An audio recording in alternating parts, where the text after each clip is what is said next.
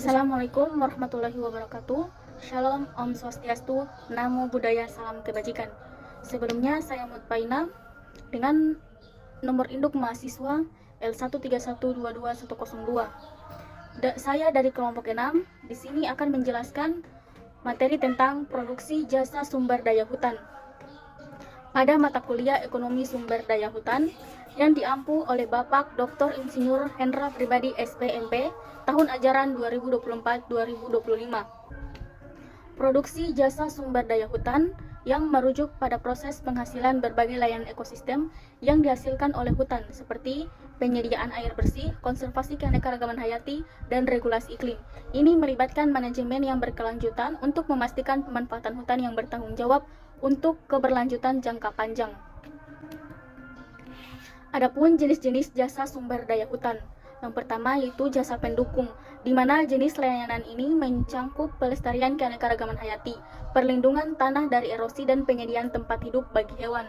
Yang kedua, jasa pengatur, yaitu layanan ini mencangkup pengaturan iklim, siklus air, dan kontrol bencana alam seperti banjir dan tanah longsor. Ketiga, jasa pemberi, yaitu penghasil kayu, buah, getah, obat-obatan, dan berbagai produk lainnya merupakan contoh dari layanan ini. Ekonomi penggunaan ganda atau multiple use sumber daya hutan. Multiple use berarti pengolahan seluruh renewable resource atau sumber yang dapat diperbarui yang terdapat di dalam kawasan hutan melalui kombinasi penggunaan yang terbaik untuk memenuhi kebutuhan manusia. Multiple use terbagi menjadi dua, yaitu multiple use dan joint production dan multiple use interprestation. Pertama, saya akan menjelaskan multiple use dan joint production atau penggunaan ganda dan produksi bersama. Joint production yaitu penggunaan satu faktor produksi untuk memproduksi dua atau lebih produk.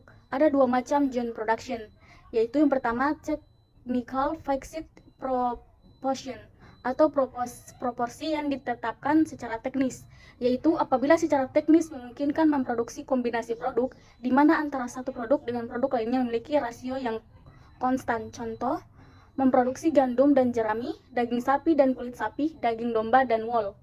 Yang kedua, technical variable proportion, yaitu atau proporsi variabel secara teknis, yaitu apabila secara teknis memungkinkan memproduksi kombinasi produk di mana di antara satu produk dengan produk lainnya memiliki rasio yang bervariasi. Setiap produk memiliki karakteristik tertentu.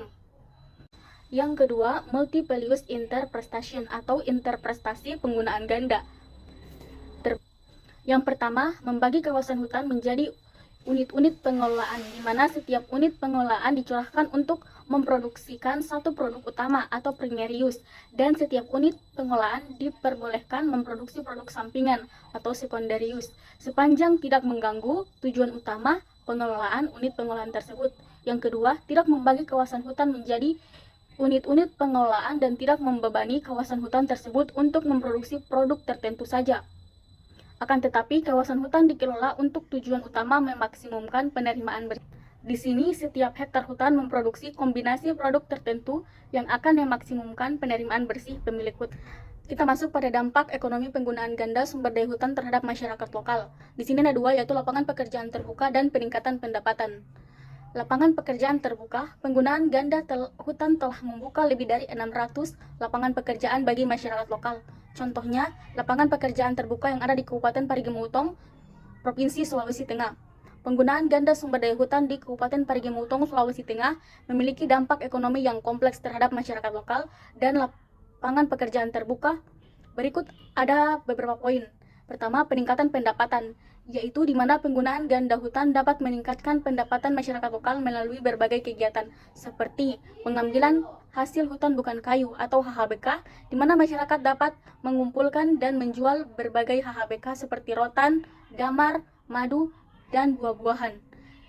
Selanjutnya, ekowisata, yaitu di mana hutan yang indah dan beragam di Parigi Mutong dapat menarik wisatawan dan dapat membuka peluang bagi masyarakat lokal untuk bekerja sama di sektor pariwisata seperti pemandu wisata, penjual makanan dan souvenir, dan petugas kebersihan dan keamanan.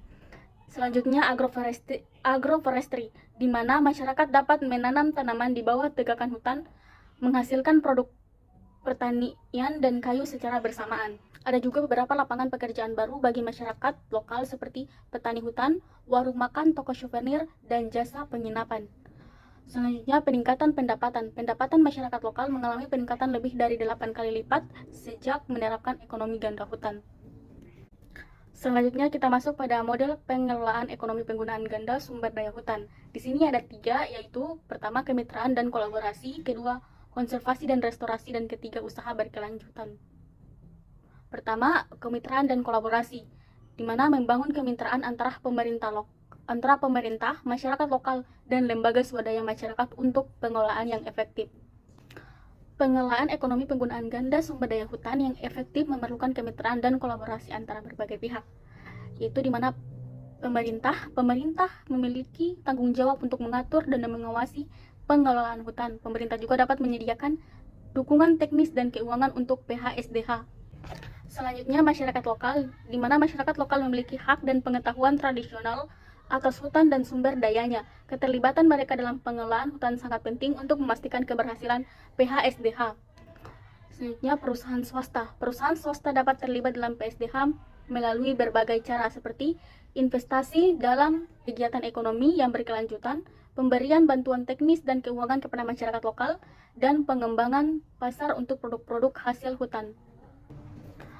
Selanjutnya, konservasi dan restorasi, di mana fokus pada pelestarian sumber daya alam serta restorasi lahan yang terdegradasi. Dan terakhir, usaha berkelanjutan, yang di mana promosi praktik usaha yang ramah lingkungan dan berkelanjutan.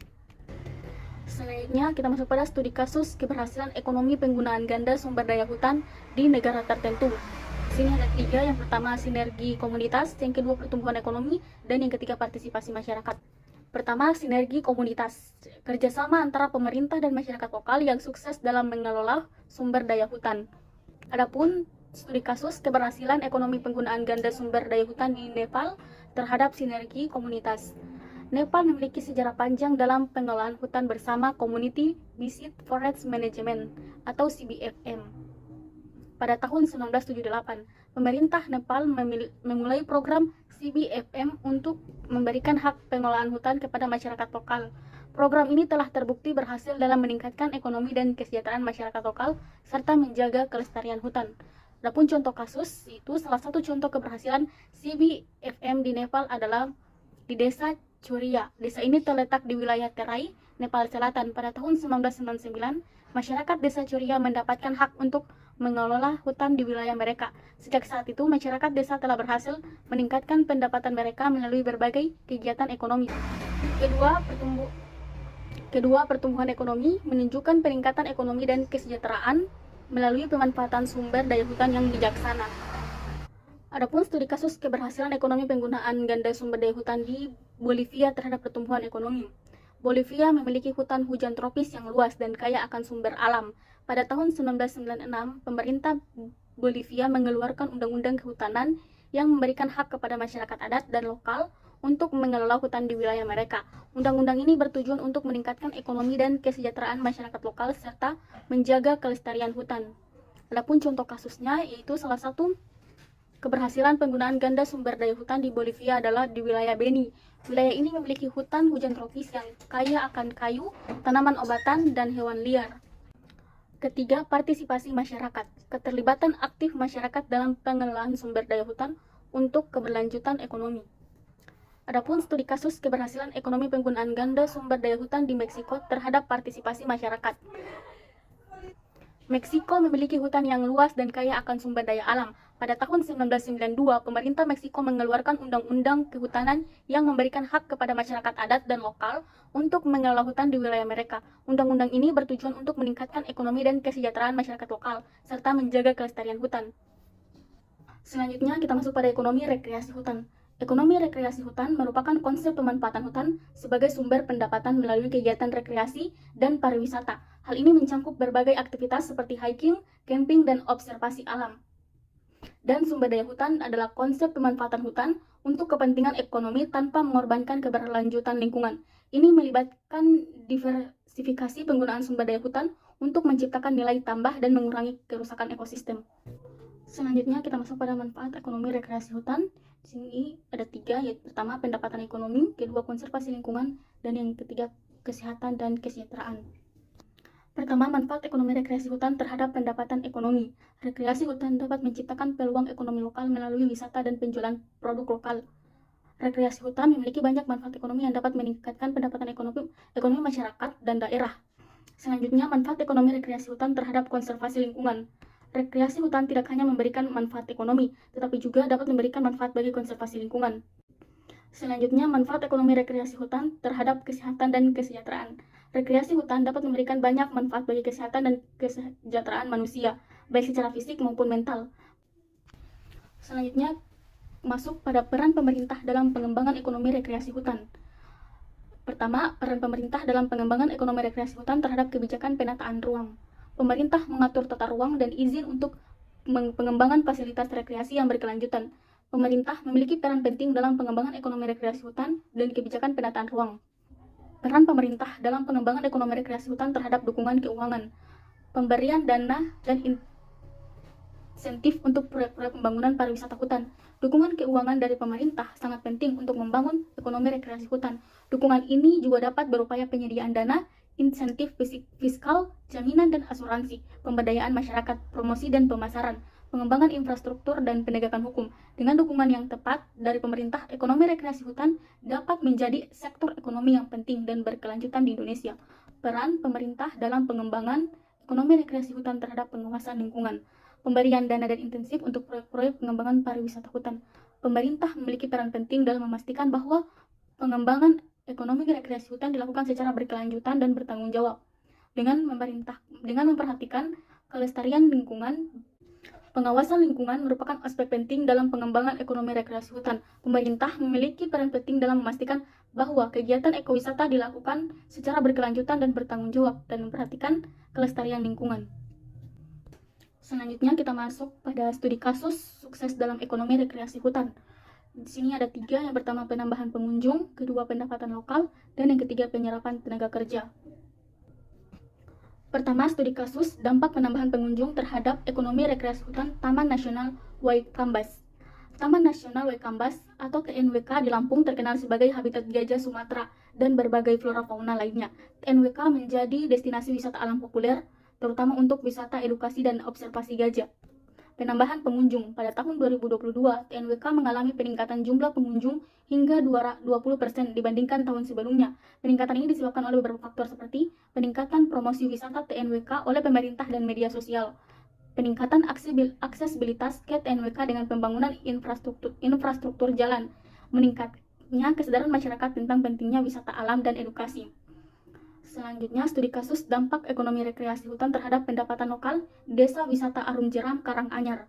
Desa Wisata Arum Jeram di Karanganyar, Jawa Tengah terkenal dengan wisata Arum Jeram di Sungai Bengawan Solo. Desa ini menjadi contoh sukses pengembangan ekonomi rekreasi hutan yang memberikan manfaat bagi masyarakat lokal. Dampak terhadap pendapatan lokal. Ekonomi rekreasi hutan memberikan dampak positif terhadap pendapatan lokal di Desa Wisata Arum Jeram, antara lain peningkatan pendapatan bagi pemilik homestay dan penyedia jasa wisata, peningkatan peluang kerja bagi masyarakat lokal sebagai pemandu wisata, instruktur arum jeram, dan penjual souvenir. Peningkatan pendapatan dan penjualan produk lokal seperti hasil panen dan kerajinan tangan. Peningkatan pendapatan berdasarkan data dari desa, rata-rata pendapatan masyarakat Desa Wisata Arum Jeram meningkat 25% setelah pengembangan ekonomi rekreasi hutan. Selanjutnya, studi kasus dampak ekonomi rekreasi hutan terhadap penyerapan tenaga kerja di Taman Nasional Gunung Leuser. Taman Nasional Gunung Leuser atau TNGL di Sumatera Utara terkenal dengan keanekaragaman hayati dan keindahan alamnya. TNGL menjadi destinasi wisata alam populer, terutama untuk wisata trekking, pengamatan orangutan, dan wisata budaya. Dan terakhir, kita masuk pada kesimpulan. Hutan dan ekosistemnya memiliki peran yang sangat penting dalam kehidupan manusia. Selain menyediakan hasil kayu, hutan juga memberikan manfaat non-kayu yang beragam seperti bambu, rotan, dan kayu bakar yang secara langsung bermanfaat bagi masyarakat sekitar. Pentingnya penilaian ekonomi terhadap hasil hutan bukan kayu menunjukkan bahwa nilai ekonomis dari sumber daya alam ini dapat berkontribusi signifikan terhadap pendapatan dan kesejahteraan masyarakat lokal. Oleh karena itu, perlindungan dan pengelolaan hutan yang berkelanjutan perlu ditingkatkan untuk memastikan keberlanjutan ekonomi dan kesejahteraan masyarakat yang bergantung pada sumber daya hutan. Itulah penjelasan saya mengenai materi tentang produksi jasa sumber daya hutan. Apabila ada salah kata, saya mohon maaf. Saya akhiri, wallahu muwaffiq ila aqwamit thoriq. Wassalamualaikum warahmatullahi wabarakatuh.